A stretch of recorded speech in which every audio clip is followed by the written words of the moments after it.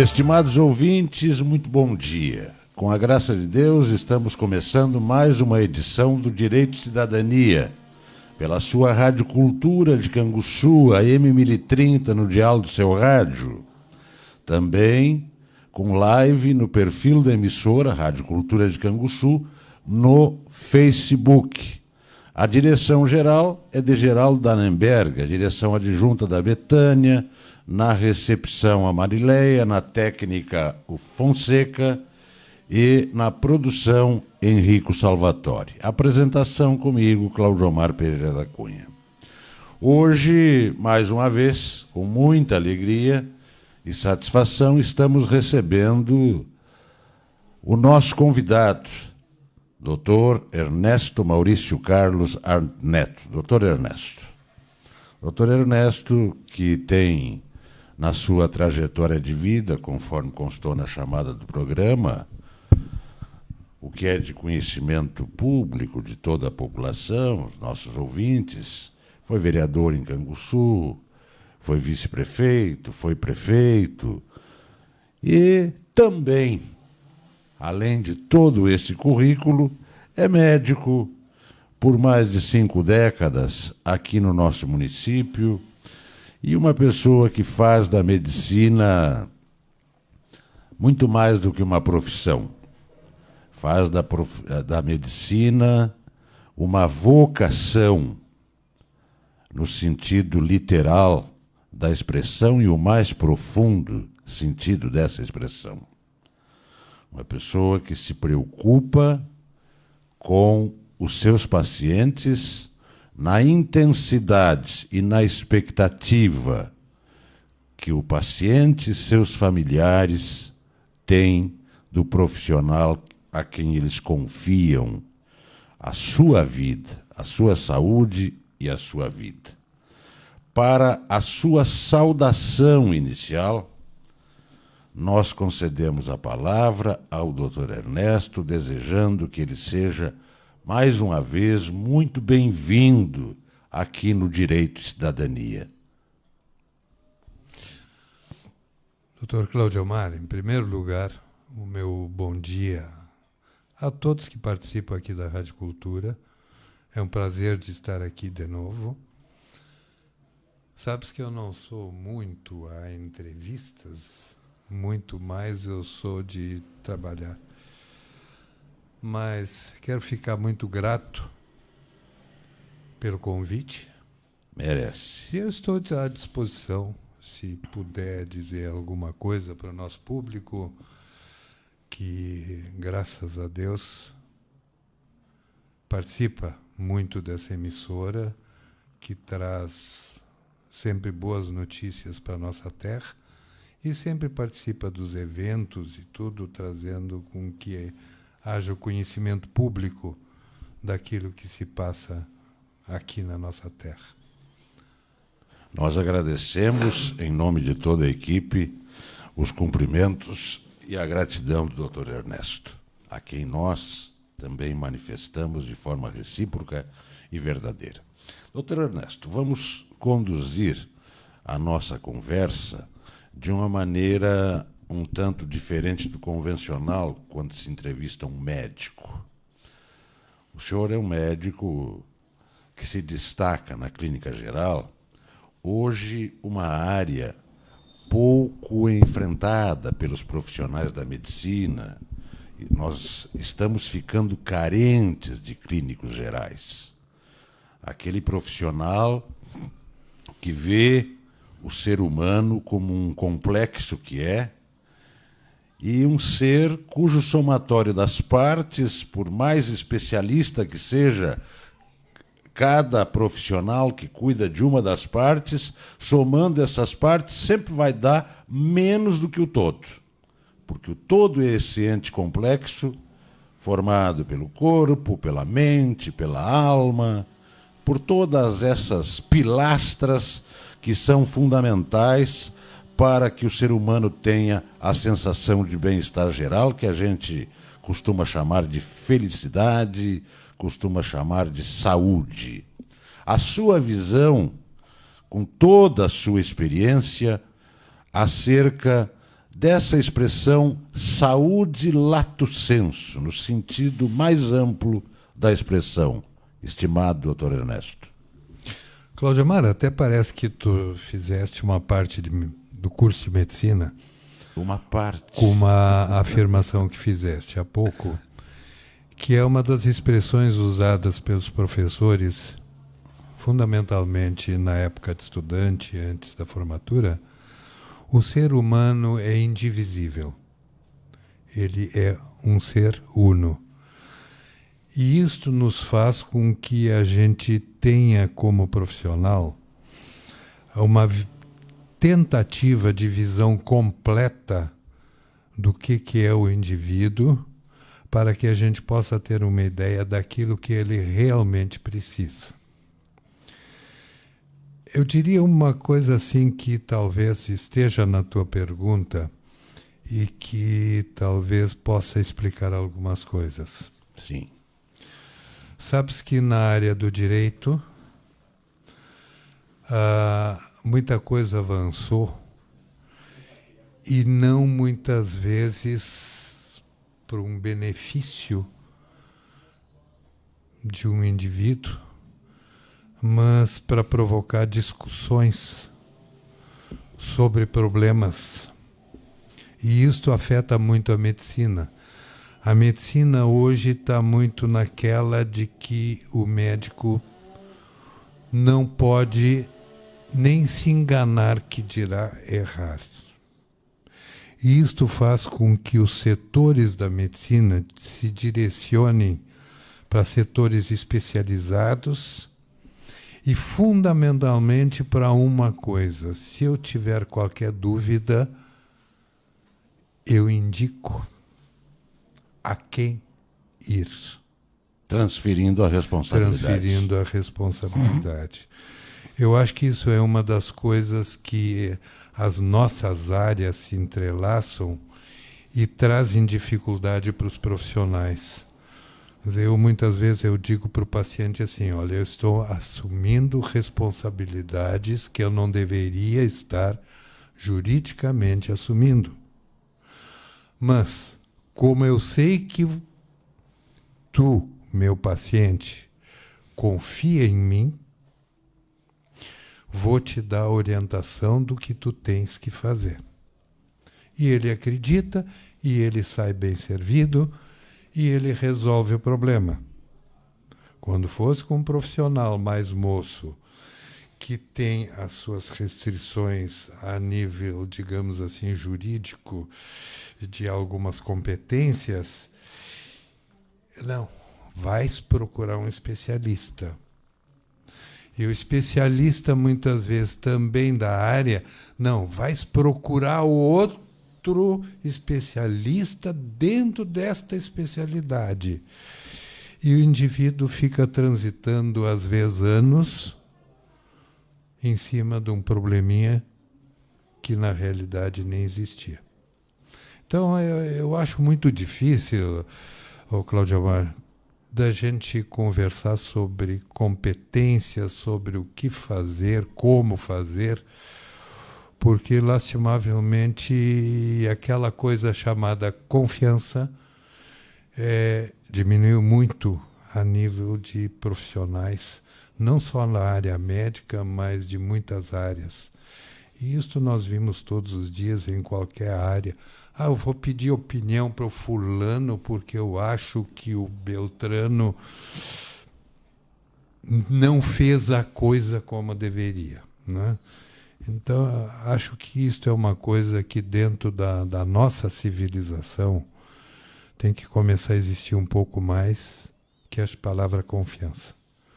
Confiança, eu acho que é uma das coisas que faz com que a vida se torne mais simples e que faça com que a gente viva muito melhor com seus semelhantes, com seus amigos, com sua família. É uma coisa fundamental para que a vida continue e continue boa. Para quem está chegando agora, é o Direito e Cidadania, hoje com a participação do respeitável ser humano e profissional, doutor Ernesto. Eu fiz uma afirmação enquanto ele falava, e eu só quero justificar. Quando eu me formei em Direito, no século passado, a gente tinha 1 ano e meio de medicina. Então eu tive o prazer de ser aluno de José Ludovico Maffei, urologista, de ser aluno na prática, nas aulas práticas do Rui Osni, de ser aluno do Chico Louco, ele gostava de ser chamado assim, Francisco da Silva Ribeiro. Então, por isso que eu fiz aquela interferência quando eles parece que tu até estudasse medicina, um pouco.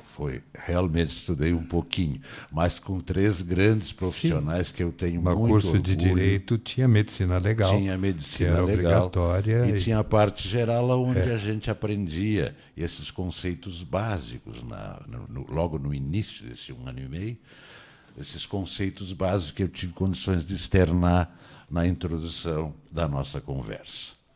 Mas, doutor Ernesto, hoje nós estamos vivendo o mundo das especializações. Tá? Eu já aduzi isso anteriormente. E eu, como paciente, fico bastante preocupado com isso. Eu sou teu paciente há mais de 30 anos. Seguramente, bem mais. Bem mais, vamos dizer, por baixo, assim, 30 anos. E teu amigo de longa data. Mas tenho a independência necessária, principalmente quando estou com essa bolinha preta aqui na frente, de dar alguns testemunhos, tá? Que são muito importantes até para a compreensão. No auge da Covid, eu fui acometido por uma dor nesta região aqui, uma dor insuportável. Chamei o meu irmão, caçula, que é o que resta hoje, o outro já não está mais entre nós, o saudoso Betão. Chamei o meu irmão e me levou imediatamente à tua presença, porque até tu imaginava que eu podia estar com pneumonia e eu, por ser de alto risco para aquela tal de doença, Covid, manifestava bastante apreensão, tanto em mim, mas principalmente em ti como profissional. Tá? Numa conversa, tá? E num mero exame, tu constatasse que eu tive foi um amassamento por um obstáculo nesta região. O pessoal está nos assistindo nessa região torácica, aqui nas costelas, por um obstáculo, um móvel que tinha entre uma janela que eu fui abrir, né, e apertou ali e amassou. Tá? Bom, já saí dali tranquilo, sem problema nenhum, não tinha nem... Essa atitude é uma atitude de um clínico geral com tanta bagagem acumulada, porque não desfazendo, não é isso, dos especialistas, o que já vai acontecer? Um teletórax, uma série de outros exames, né, e que causam um nível de estresse e de, abre aspas, infelicidade extraordinária para o paciente, que poderia ser superado justamente com um exame físico, né, e uma entrevista, que vocês chamam de anamnese, né, para ver como é que foi a vida desse paciente nas últimas horas que antecederam aquele, entre aspas, acidente. Como é que vai ficar a medicina no momento que não tiver mais clínico geral, doutor Ernesto? Olha, Cláudio, é difícil dizer, no caso que tu enumeraste há pouco. Eu só citei um, né? O normal seria o seguinte, se tu fosse levado a um pronto-socorro, a primeira coisa é fazer um raio-x. Só para te exemplificar assim, eu tenho uma prima que trabalhou 16 anos na Alemanha como enfermeira. Aquela que eu conheço, a Maria Helena? A Maria Helena. E ela me disse, Ernesto, mais morre gente no pronto atendimento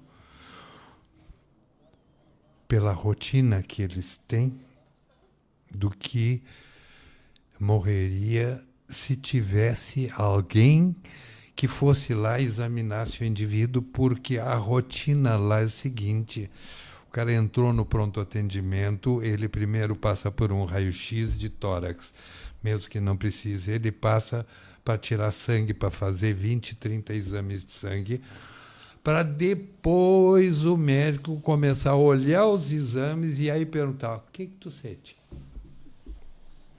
Então, é o inverso. Isso é preocupante, doutor Ernesto. Isso é preocupante. Bom, basta dizer que estudos dizem o seguinte: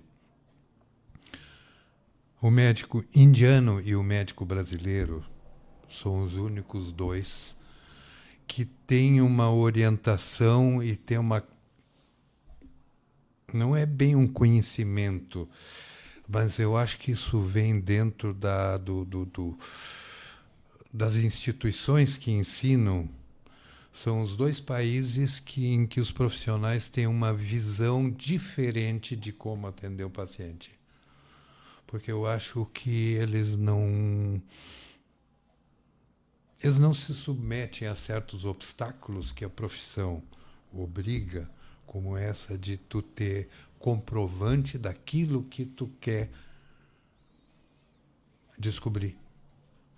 Ou que tu já sabe pelo simples exame, né? Como tu fizeste uma contusão de costela, né? Pelo simples exame foi isso porque coincide, né? Vamos dizer, isso é comum. Tem mulheres que têm casa que tem veneziana, né? E que tem o soldadinho aquele que a gente prende a veneziana, e eles vão lá abrir a veneziana e se escoram na beirada da janela, depois acho que estão com um problema muito sério. Na hora não sente, o corpo está quente, É. Logo depois vem a dor. Então, mas são aquelas coisas que a medicina traz, graças a Deus. Eu sempre digo assim, eu não estou terminando a profissão, porque eu acho que eu só termino de parar de atender a profissão quando alguém me chamar, porque tem alguém precisando lá em cima. Tá certo. Que demore muito. Então, sigo trabalhando, porque eu acho que não é só a obrigação, mas a gente tem o desejo de seguir trabalhando, seguir servindo a população, e por isso que nós seguimos sempre no dia a dia, trabalhando, lendo, estudando, vendo as reformas que existem dentro da medicina, vendo novas enfermidades que se apresentam, até porque a gente tem que ter uma base, como no direito. Mudam as leis, né? Se alteram muitos conceitos. Na medicina, a gente tem que estar sempre presente a isso. E, graças a Deus, eu não tenho preguiça para isso. E disponho de um pouco de tempo para isso. São ciências humanas, ambas, né? E jamais podem perder este conteúdo humanístico, né? Isso é fundamental. Doutor Ernesto, nós tivemos uma pandemia, imaginávamos que o mundo aprenderia alguma lição com isso, quando esta imaginação poderia se tornar concreta. Começamos uma guerra entre a Ucrânia e a Rússia, entre a Rússia e a Ucrânia. Uns dizem que é guerra, outros dizem que é invasão. Depois Israel e o Hamas. Uns dizem que é guerra, outros dizem que é uma resposta a atos terroristas. E chegamos ao final, agora com esse acidente climático terrível aqui no Rio Grande do Sul. Isso traz para todos nós, e vamos falar de nós gaúchos, que estamos dentro deste contexto global e regional, toda uma carga de energia negativa, e nós somos energia, né? Induvidosamente, uma energia que precisa estar em equilíbrio, com serenidade, com estabilidade. e tantas outras peculiaridades que nos proporcionam uma boa ou uma má qualidade de vida. Hoje nós temos pessoas vivendo num estresse terrível, achando que já não tem mais solução, produtores rurais pensando inclusive em fazer bobagem. Quando eu digo fazer bobagem, é atentar contra a sua própria vida, né? Ninguém melhor do que tu, Ernesto, e agora é o lado humano falando, para dar uma mensagem, uma palavra, neste momento em que se somam tantas dificuldades e situações extremamente estressantes. E é este convite que eu te faço, quando faltam 8 minutos para o meio-dia, que tu nos deixe, né, uma palavra de conforto a todos nós, com todas estas peculiaridades que eu acabei de mencionar. Cláudio Amaro, eu acho que é muito simples. É complicado, mas é muito simples. Entendo. Mencionaste as guerras. Eu vou colocar uma palavra para justificar as guerras. Cobiça. Só. Não tem nada de humanidade atrás disso, não tem nada de que porque é um direito de nós possuir aquela área, porque é um direito, é um dever de nós. Não, simplesmente esta palavra que Cobiça. eu quero que os ouvintes analisem. E esta cobiça leva a muitos outros movimentos. Independente de tudo aquilo que tem acontecido com o Rio Grande do Sul, com as enchentes, com as perdas. E aí eu diria uma coisa muito simples, que é numa entrevista de um agricultor, eu acho que foi ontem, não sei qual é a emissora, eu ouvi uma entrevista, e o cara chegou e entrevistaram ele porque teve as perdas do ano passado. Com a seca. Com a seca, depois com a enchente e depois agora com a enchente de novo. E ele só disse assim, nós temos a capacidade de levantar a cabeça e começar de novo. Eu acho que o que passou, passou. E a gente tem que sempre ter a esperança de reiniciar, porque dizem que a esperança é a última que morre, e realmente a esperança persiste sempre. E nós temos essa capacidade de reiniciar tudo de novo. E muitas vezes nós vamos entender, depois de muito tempo, que isto foi uma experiência extremamente válida para a gente refazer o nosso caminho e fazer um caminho bem melhor. Muito bem.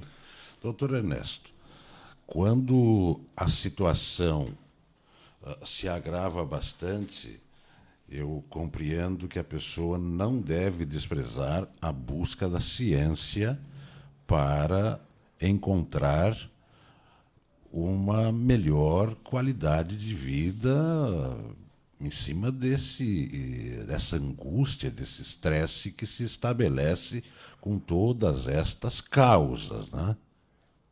Estou correto quanto a isso? Porque daqui a pouco a pessoa chega num nível tal, a ansiedade, a angústia, depois a depressão e depois o galho da árvore. Cláudio Amaro, uma coisa assim, até vendo as entrevistas que a gente tem visto, quando eu disse há pouco que tem coisas que a gente só vai entender daqui a, quem sabe, 10 anos, 15 anos, exatamente há algumas transformações que vão começar a ocorrer em todas essas zonas litorâneas, de rios, de arroios e tudo mais, que é da pessoa aprender que ela tem que se proteger. A natureza A natureza, ela está aí. A natureza, ela não tem como desviar o seu caminho. Se começar a chover muito, a água vai para onde? Vai para o leito do arroio ou do rio. Se a chuva for bastante, vai subir. Então, o que municípios já estão fazendo é prevendo áreas para reconstrução das casas acima de limites, ou evitando o pé do morro que desbarrancou, que deu a queda de barreira. Né? Eu acho que isto tudo, por isso que eu disse há pouco, quando existem coisas que hoje parecem ser muito ruins, mas que daqui a 5 anos, 10 anos, 15 anos ou 20 anos vão ser recordados por familiares de dizer assim, já pensou com aquela chuvarada se nós estivéssemos lá? Talvez nossos filhos ou nossos netos estivessem mortos. Então, eu acho que isso aí é uma mensagem que vem lá de cima para que a gente aprenda a viver melhor e viver em melhores condições. E aí entra a história dos governos. Os governos têm que ter muita consciência de evitar aquelas coisas que tu conhece bem, aquelas coisas políticas. Ah, mas eu queria fazer uma casinha. Aproveita lá aquele terreno vago lá perto do arroio e faz a tua casinha lá, para ganhar o voto. Eu acho que isso são coisas, nós estamos em véspera de campanha eleitoral no município, aliás, em todo o Brasil, para prefeito. E eu acho que isto, os nossos candidatos, hoje, eles têm que ter uma consciência muito grande do dever a cumprir em termos de obrigação de legislações que mantenham a vida humana acima de qualquer coisa. E não de utilizar a vida humana para se promover. Eu acho que isso é uma coisa que os candidatos, não só de Canguçu, mas de todos os municípios do Brasil, têm que começar a pensar com muita consciência para poderem, quem sabe, dizer, olha, a atitude do prefeito tal, há tantos anos atrás, valeu muitas vidas. Eu acho que, em resumo, era isso, né, Cláudio Omar? Tá certo. Acho que nós temos que ter uma consciência muito grande em relação a isso, e não aquela consciência de receber os benefícios, né, do momento, para que a gente possa dizer assim, depois eu vou ver se eu resolvo outra coisa. Aí o mal já está feito. Aí já está feito. Como diz o doutor Conrado, depois que o mal está feito, chora não é proveito. É. Doutor Ernesto, suas despedidas, por favor. O tempo passa, voa. 1 minuto para o meio-dia. Doutor Cláudio Omar, é sempre um prazer, não só pela amizade que nós temos, mas é sempre um prazer a gente conversar, a gente trocar ideias, a gente falar sobre o futuro, sobre aquilo que nos aguarda. Mas, fundamentalmente, eu acho que nós temos que ter a consciência de aconselhar o próximo, que nem sempre aquelas coisas fáceis que a gente gostaria de ter, que são as coisas melhores. Muitas vezes, o difícil é o que torna fácil a vida depois. Muito bem. Este foi o doutor Ernesto, aqui no Direito e Cidadania, a quem nós agradecemos por ter atendido mais uma vez nosso convite para vir neste espaço, que se dedica à cidadania. E quando a gente convida alguém para o nosso programa, é uma forma que a gente tem de homenagear aquela pessoa que está sendo convidada pela sua folha de serviço em favor da comunidade canguçuense, regional, etc. Então, Ernesto, recebe o nosso abraço de gratidão e o nosso desejo, como cristãos que somos, de que sigas iluminado trazendo sempre essa palavra de conforto, de serenidade, de tranquilidade para as pessoas que te são caras, os teus pacientes, os teus amigos, que te admiram e te respeitam muito. Com isso, chegamos ao final de mais uma edição do Direito e Cidadania. Querendo Deus, e certamente Ele quererá, semana que vem estaremos aqui no mesmo horário.